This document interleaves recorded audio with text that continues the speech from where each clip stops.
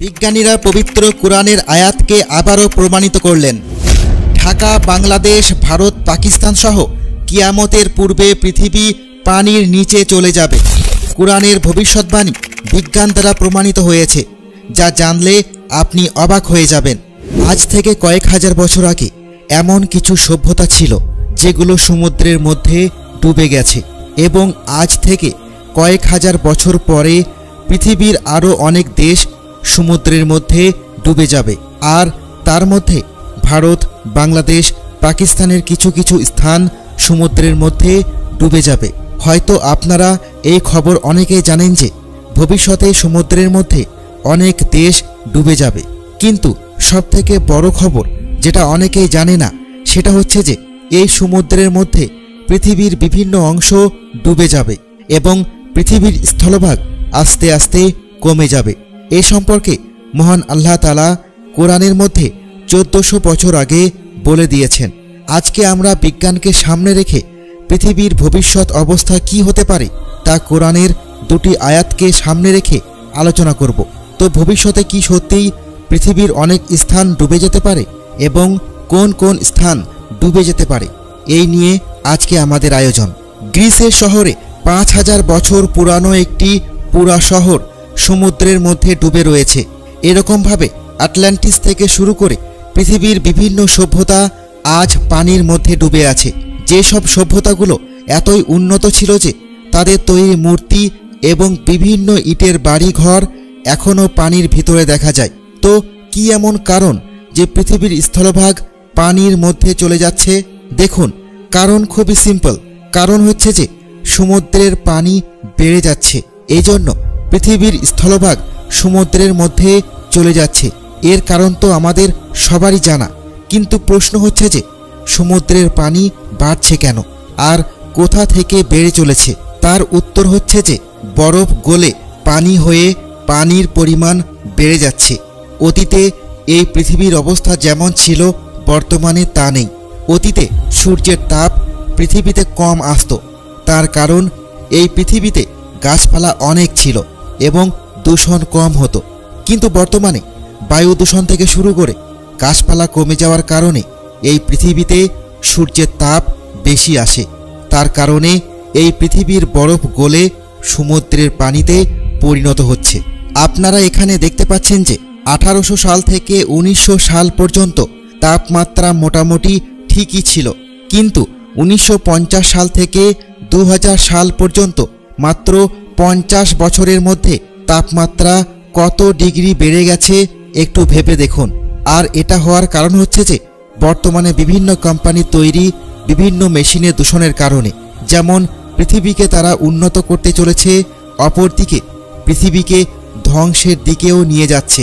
তাই বিজ্ঞানীদের বক্তব্য হচ্ছে যে 2000 সাল থেকে 2020 পর্যন্ত আমাদের পৃথিবীর তাপমাত্রা অত্যন্ত বেড়ে গেছে।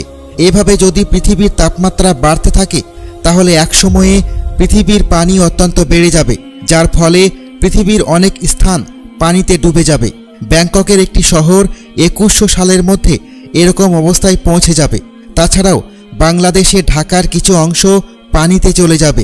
এছাড়াও আজারবাইনের কিছু অংশ পানির ভিতরে চলে যেতে পারে। সমুদ্রের কাছাকাছি থাকা কিংবা সমুদ্রের থেকে কিছুটা উঁচু যেসব স্থান রয়েছে সেগুলো সমুদ্রের মধ্যে ডুবে যাবে।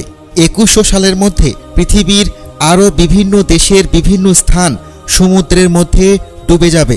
বিজ্ঞানীদের দাবি হচ্ছে যে আর 80 বছর পরে সমুদ্রের লেভেল 2.5 মিটার পর্যন্ত বেড়ে যাবে। বিজ্ঞানীদের গবেষণা অনুযায়ী মানুষ যেভাবে আবহাওয়া দূষণ করে চলেছে, 5000 বছরের মধ্যে বাংলাদেশ সহ পশ্চিমবঙ্গের কিছু অংশ পানিতে ডুবে যাবে। এছাড়াও ভারতেরও কিছু অংশ পানির ভিতরে চলে যাবে। সমুদ্রের কাছাকাছি থাকা প্রায় অনেক শহর পানির মধ্যে ডুবে যাবে। চেন্নাই, কেরালা ইত্যাদি রাজ্যের কিছু কিছু অংশ পানির মধ্যে ডুবে যাবে। গুজরাট একটি আইল্যান্ডের মতো হয়ে যাবে, ভারত থেকে ছিন্ন হয়ে যাবে। পাকিস্তানেরও কিছু অংশ পানির মধ্যে ডুবে যাবে। এক কথায় যদি বলা যায় তাহলে হবে যে সমুদ্রের কাছাকাছি থাকা যেসব অঞ্চল রয়েছে তার কিছু কিছু অংশ পানিতে ডুবে যাবে। এটা তো হচ্ছে বিজ্ঞানের বক্তব্য। বিজ্ঞানীরা গবেষণা করে যেটা পেয়েছে সেটা আপনাদেরকে জানালাম। এখন এটা সত্য হতেও পারে, আবার নাও হতে পারে, আল্লাহ তাআলা ভালো জানেন। তবে পবিত্র কুরআন থেকে আপনাদেরকে দেখাবো পৃথিবীর স্থলভাগকে আল্লাহ তাআলা সংকুচিত করেন। সেই সম্পর্কে কুরআনে 2 জায়গায় বলেছেন। এবার সেই আয়াতগুলোকে দেখাই।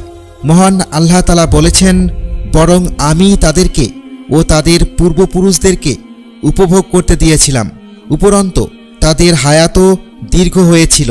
তারা কি দেখে না যে আমি চতুর্দিক থেকে তাদের দেশকে সংকুচিত করে দিচ্ছি, তবুও কি তারা জয়ী হবে? সূরা আল আম্বিয়া আয়াত 44। এই আয়াতে কয়েকটি কথা বলা হয়েছে এবং বিভিন্ন তাফসিরে বিভিন্ন রকম কথা বলা হয়েছে। আপনাদেরকে আমি কয়েকটি তাফসিরের বক্তব্য জানাচ্ছি। কিছু কিছু তাফসিরে বলা হয়েছে যে পৃথিবীকে বা দেশকে বা জমিনকে সংকুচিত করার মানে হচ্ছে ইসলামের প্রসার ঘটা এবং কুফরি বা বাতিলের সংকুচিত হওয়াকে বোঝানো হয়েছে। তবে অনেকেই বলেন যে এই আয়াতে যখন প্রথম অংশে বলা হয়েছে যে আমাদের পূর্বপুরুষদেরকে অনেক কিছু ভোগ করতে দেওয়া হয়েছিল, কিন্তু পরবর্তীতে তোমাদের দেশকে সংকুচিত করে দেওয়া হচ্ছে এবং পূর্বের মানুষদের অনেক দীর্ঘ আয়ু ছিল, তো তাদের আয়ু বেশি হওয়ার কারণ হতে পারে পরিবেশ ও আবহাওয়া দূষণ কম থাকা এবং পৃথিবীর অনেক স্থান ভোগ করার মানে হচ্ছে পৃথিবীর বেশি বেশি স্থান ছিল। তবে আরেকটি আয়াত আপনাদেরকে দেখাবো, যে আয়াত থেকে সহজে বোঝা যায় যে পৃথিবীর স্থলভাগকে কমিয়ে দেওয়ার কথা বলা হয়েছে। মহান আল্লাহ তাআলা বলেন, তারা কি দেখে না আমি জমিনকে চতুর্দিক থেকে সংকীর্ণ করে আনছি, আর আল্লাহই হুকুম করেন এবং তার হুকুম প্রত্যাখ্যান করার কেউই নেই এবং তিনি দ্রুত হিসাব গ্রহণকারী। সূরা আর-রাদ আয়াত 41। এই আয়াতের প্রথম অংশে বলা হয়েছে যে মানব জাতি কি দেখে না যে এই পৃথিবী চতুর্দিক থেকে সংকুচিত করে দেওয়া হচ্ছে। চতুর্দিক বলতে আমাদের চতুর্দিকে সমুদ্রে ঘেরা, তো চতুর্দিকের স্থলভাগ সমুদ্রের মধ্যে ডুবে যাবে, যার কারণে স্থলভাগ সংকুচিত হবে আর জলভাগ বেড়ে যাবে। তো হতে পারে আল্লাহ তাআলা এই আয়াতে যে কথা বোঝাতে চেয়েছেন যে ভবিষ্যতে এমন একটা সময় আসবে যখন পৃথিবীর জলভাগ বেড়ে যাবে এবং স্থলভাগ কমে যাবে, এভাবে পৃথিবী জমিনকে সংকুচিত করে দিবেন। আর আল্লাহ তাআলা তিনি যা আদেশ দেন তাই হয়ে থাকে। এগুলো হচ্ছে আমাদের থিওরি, বাকি এই আয়াতের প্রকৃত অর্থ একমাত্র আল্লাহ তাআলাই ভালো জানেন।